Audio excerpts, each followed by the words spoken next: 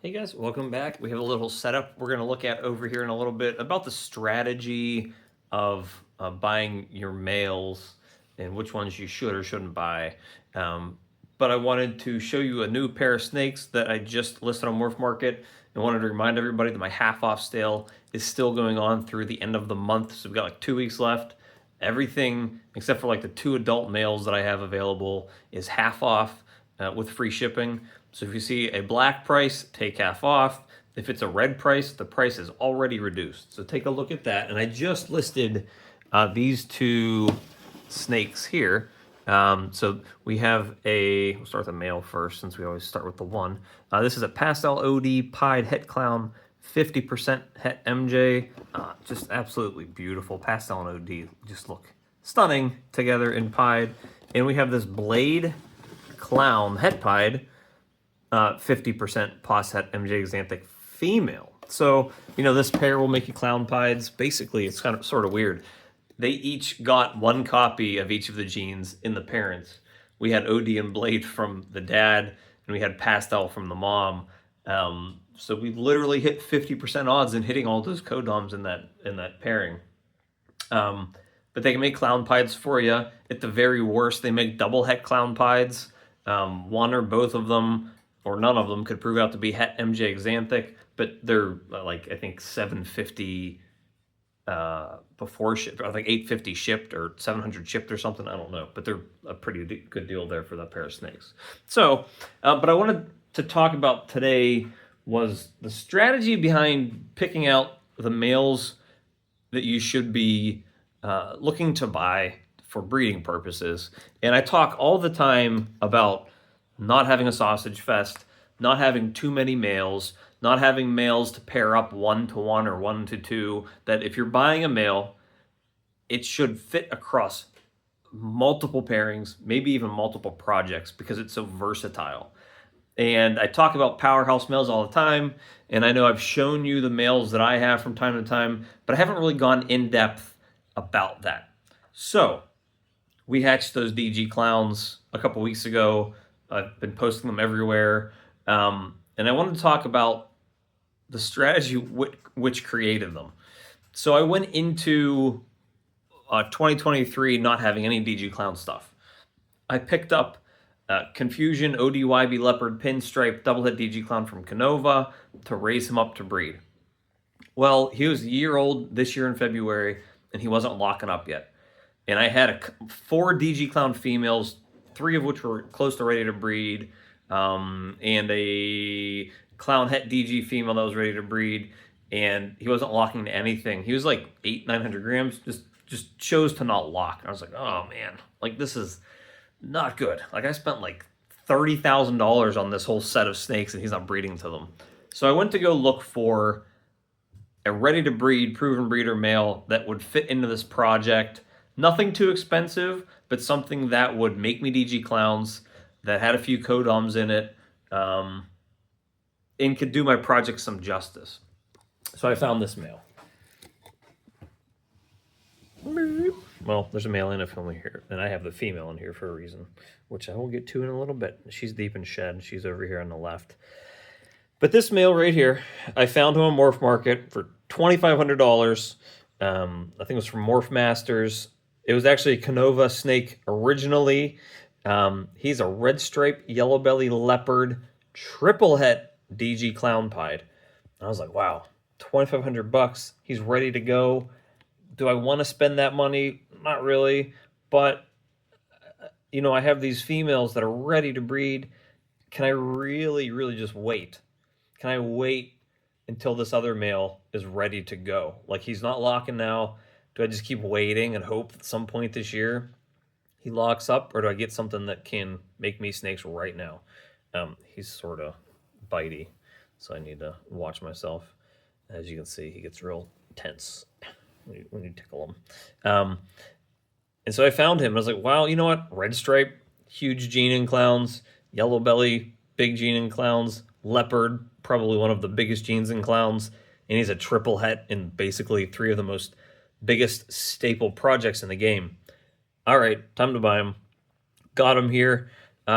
Produced 2 clutches for me They both hatched in September, so they were laid in July, and I probably didn't start pairing him until April. So like 2, 3 months of 2 months, I get. Well, so if they were laid in July, the pre-lay shed was in June. I bought them in March, so like 3 months of pairing, and he got me 2 clutches, and those were the only two females I was pairing him to. And he produced DG clowns and a bunch of really beautiful snakes. And so I paired him up to this female here, who is unfortunately deep in shed, but she's an OD vanilla clown het DG that I picked up from Straight Fire as like a sub-adult. She was like maybe 1,000 grams or so when I picked her up. And so these two snakes right here, those two snakes, they don't look like a whole lot. You know, this guy, he's a triple het, so really, I mean, he just kind of keeps that real brown-looking kind of tone that snakes carry when they don't have a lot of crazy stuff going on or a lot of the recessives. She's a little more pretty when she's not deep in shed. I mean, you can see her eyes are all milky, but still not really something fantastic to look at. Now let me get you the two snakes they produced out of here to show you why you have to be strategic with the way you are buying your snakes and pairing them up, and how one single snake can make a huge, giant difference to you. Okay? What we have here, look at the difference, the contrast difference between these two parents and these two babies. These two snakes, this mom and this dad, made these two babies.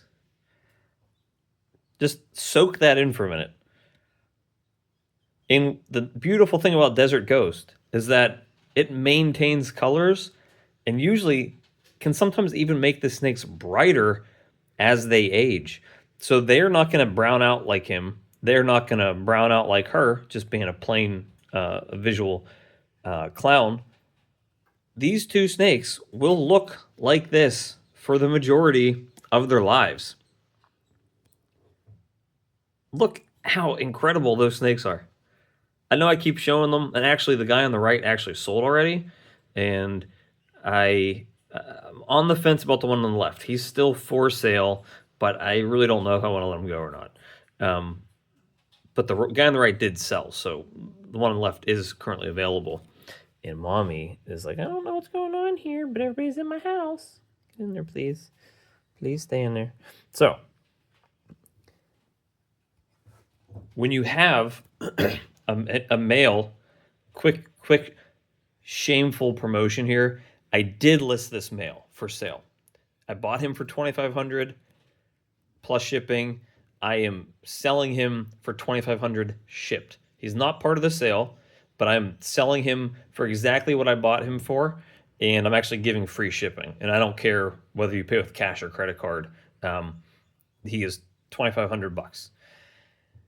And what my goal at this point is, well, maybe I sell him and keep this one. If this one doesn't sell, because this one's a higher ticket item, it's going to take a lot longer to sell. So maybe I end up selling him and just keeping that, since I have, it's a double visual red stripe vanilla. Might be just better for me to keep as another breeder next year to raise it up. But my whole point with this video is, and it's part of the conversation I was having with Joel at Evil Grin Reptiles. Give him, somebody in my Patreon, we were talking about it. He was potentially buying this guy, thinking about it, on the fence, might not buy it because he said he didn't have a whole lot of double visual stuff to breed him to, or even triples. My whole point was to him was, that's the point of buying a male like this, to help you make doubles and triples. Even if they're not visuals, even if they're double or triple visuals, if you breed him to a visual clown or a visual pied, half of the babies should be a visual.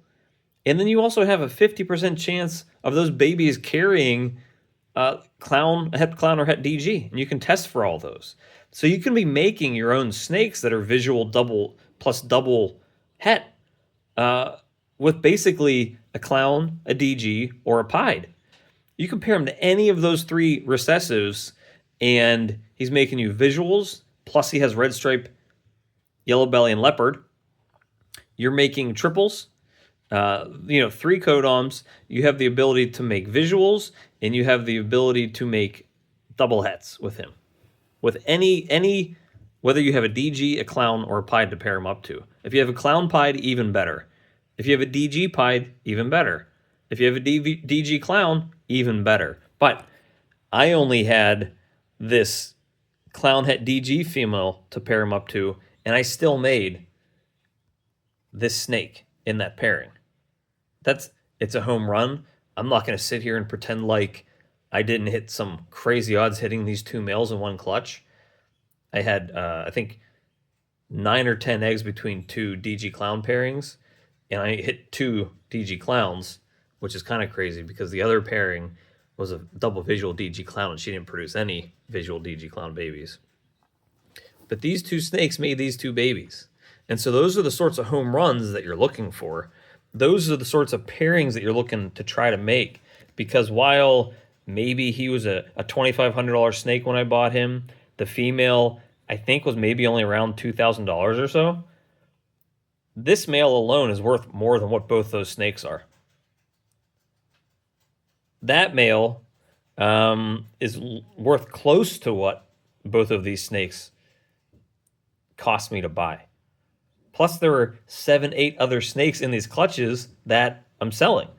So it's the strategy. Let me actually start putting these guys away now so that I can talk to you guys.